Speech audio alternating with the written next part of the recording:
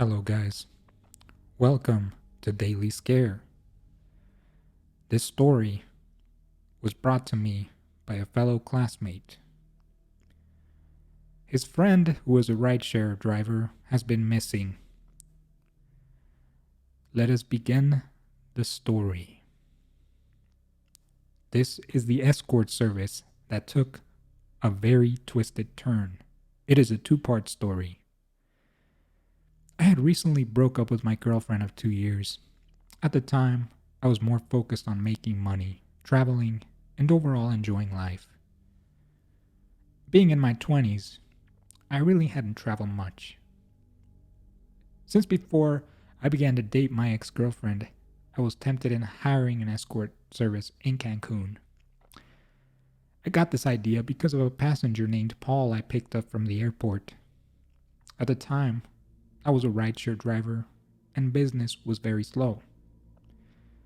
I was able to make my daily goal because Paul tipped me very generously. However, I remember that he had a very strange vibe. He kept touching my shoulder, but I didn't think much of it. I figured he was just being friendly, and it was his way of connecting his point. He was very specific of the hotel and escort agency, and to say that he had sent me. Tell him that Paul sent you. He repeated that 4 times. He pulled out a tablet and showed me pictures of the hotel, the women, and the beach. Honestly, it looked like paradise. The women were honestly also the most beautiful women I had ever seen. The place looked like a paradise. I thought this place must be extremely expensive. It honestly seemed too good to be true. However, I did have friends that had been to Cancun, and they always described it as a paradise filled with beautiful women during spring break. And since it was Mexico, it was much cheaper than Europe. It was 4 p.m., and Paul wasn't ready to call it a night. The guy had high energy, especially for it being a Wednesday. He had mentioned he was from New York, so I figured people in New York never sleep, hence the city that never sleep. He said, "Do you know any places that I can go to so I can get a good beer and meet some women?" Being a rideshare driver has its benefits. I had 2 years of rideshare experience, and it was more than enough to know all of the good spots in my city. I took him to a bar where they had the best bartenders in town. Told me to drive around and keep the meter running, to not worry about the tab. I was extremely happy because this meant that I was going to make very good money. And for it being a Wednesday, I really needed it. 2 hours of driving later, he texted me to go pick him up. At this point, I said, well, fun's over. I figured he's ready to go to his hotel. This was not the case, however. He said that now he wanted to go to a strip club. Do you know any good strip clubs around the area? And of course I did. I took him to the number 1 spot in town with the best girls, named Cheetahs. Of course, it was Wednesday, very little traffic in the strip club, and the girls were outside taking, shots and smoking, talking. I saw one of them that caught my eye. She really looked beautiful. Blonde, blue eyes, red lipstick, tall, perfect body, an absolute 10. I really was tempted to ask Paul if I could go in with him, but that doesn't go with rideshare policies. At least not during a trip. As he's leaving the cars, he says, "You should join me. You should end the trip and join me. I got your tab." I had just broken up with my girl, and I didn't think twice. I got out of the car as fast as I could and went in. And I gotta tell you, I had an amazing time. Drank a lot of alcohol, and I lost count of the women that danced on me. I had to order a rideshare ride for me to take me home. And of course, Paul took care of it. The next day, I woke up with a major headache. I remember that I had left my car in the strip club, so I had to go pick it up. I was worried that something might have happened. Maybe Paul played me and reported me to the app, and goodbye job. I checked the app. I had earned $247 from the trip, and Paul had thrown in an extra $80 tip. I was relieved. Everything went okay. I was also worried that my car could have been towed or vandalized, but it was good. It was too good to be true. I couldn't believe it. At this point, Paul had earned my trust with this, and it was enough for me to take action on his word, to head to Cancun. So, time had passed, and I hadn't felt this much excitement since I was 6 years old, waiting to open my Christmas presents under the tree. I remember I had an obsession with an adult performer at the time, and the woman that Paul had showed me looked very much like her. Blue eyes, black hair, pale white skin, big red lips. Thinking of her made me very excited. This, however, made me ignore red flags in my trip, which would later come to haunt me. I didn't check reviews for the hotel where I was going to stay, and there wasn't any reviews. Also, the escort agency didn't have any reviews either, nor I could find any mention of them on social media, or even word of mouth. Nobody knew anything about them. As I got to Cancun, I went to the front of the airport to get a cab.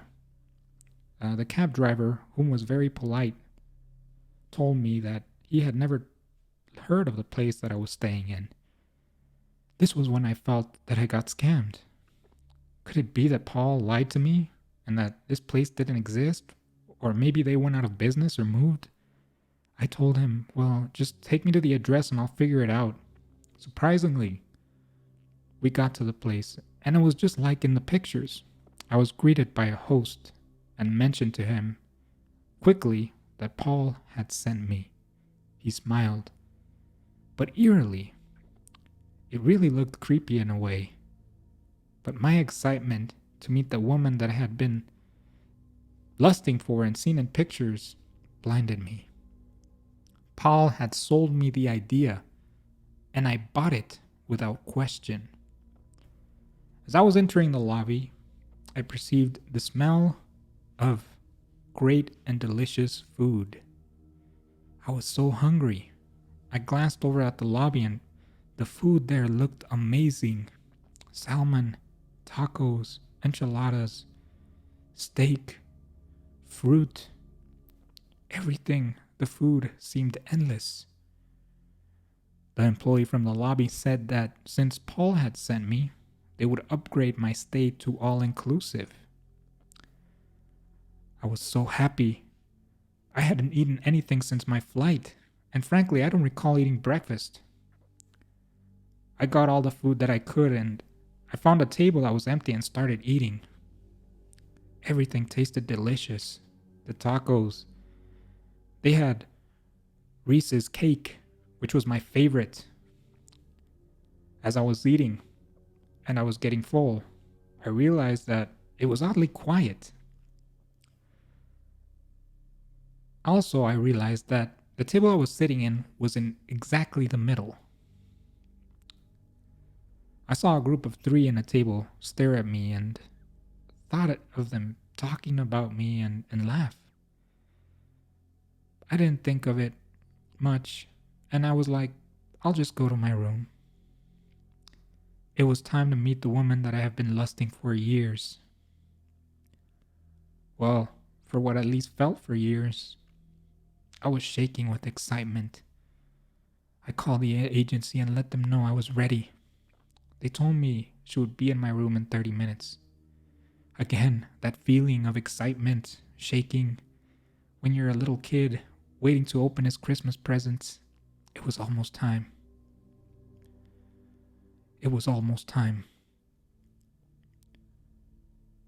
Right before I was about to jump in the shower, I got a call. I figured this is strange. Who would call me? I don't know. I was thinking if I should answer. But I did. I answered. Figured it was probably something in the lobby. I picked up the phone, and when I answered, someone with a very strange voice said, Leave now, before it's too late. You still have time. There's only death in that room. The person hung up before I could reply. The caller ID showed restricted. Rather than being scared, I was annoyed. I thought I thought it was a prank of some sort, but I was not having it. Not all this way. I didn't come here for nothing. I was going to go through with this. In my mind, this was a risk worth taking. I jumped in the shower, and the water was so hot and steamy. It relaxed me. All the anger that I felt for receiving that call was forgotten. It was the most comfortable shower I've ever taken. Each drop massaged my back. It was as if I was getting massaged by angels. It was definitely so soothing. I felt recharged. It was the greatest shower I had ever taken. And I thought to myself, if this shower could be so good, man, I can't wait to feel what's coming.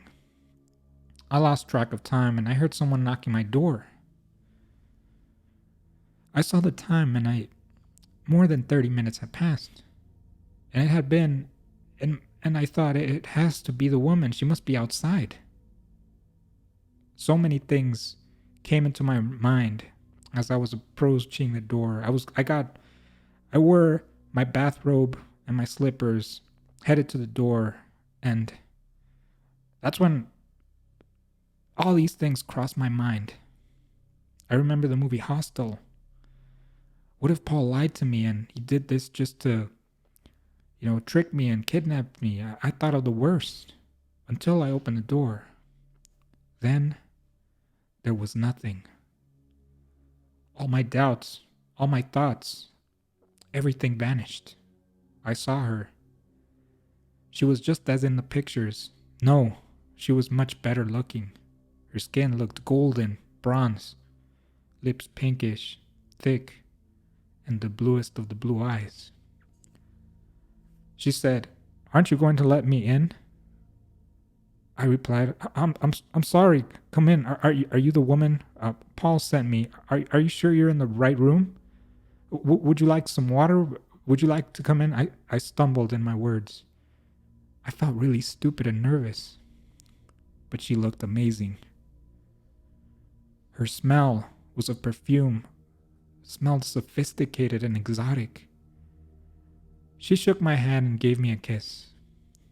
Her skin was so soft, but it was very cold. She didn't say anything. I thought, that's odd. What's going on here? Why is she cold? Why is her skin so cold? This is Cancun. She should be, warm. But I didn't think much of it. In my eyes, she was a goddess from head to toe. Again, I lost track of time and noticed that 3 hours had passed. That only meant her fees were going to be extremely expensive. That's when I was beginning to worry. But everything else was forgotten. My ex-girlfriend cheating on me, at least for now. Then she told me that Paul had taken care of my fees and that she was mine for the weekend. I was so happy. I felt that as if I just won the lottery. She literally told me, "I'm yours for the weekend." Oh my God.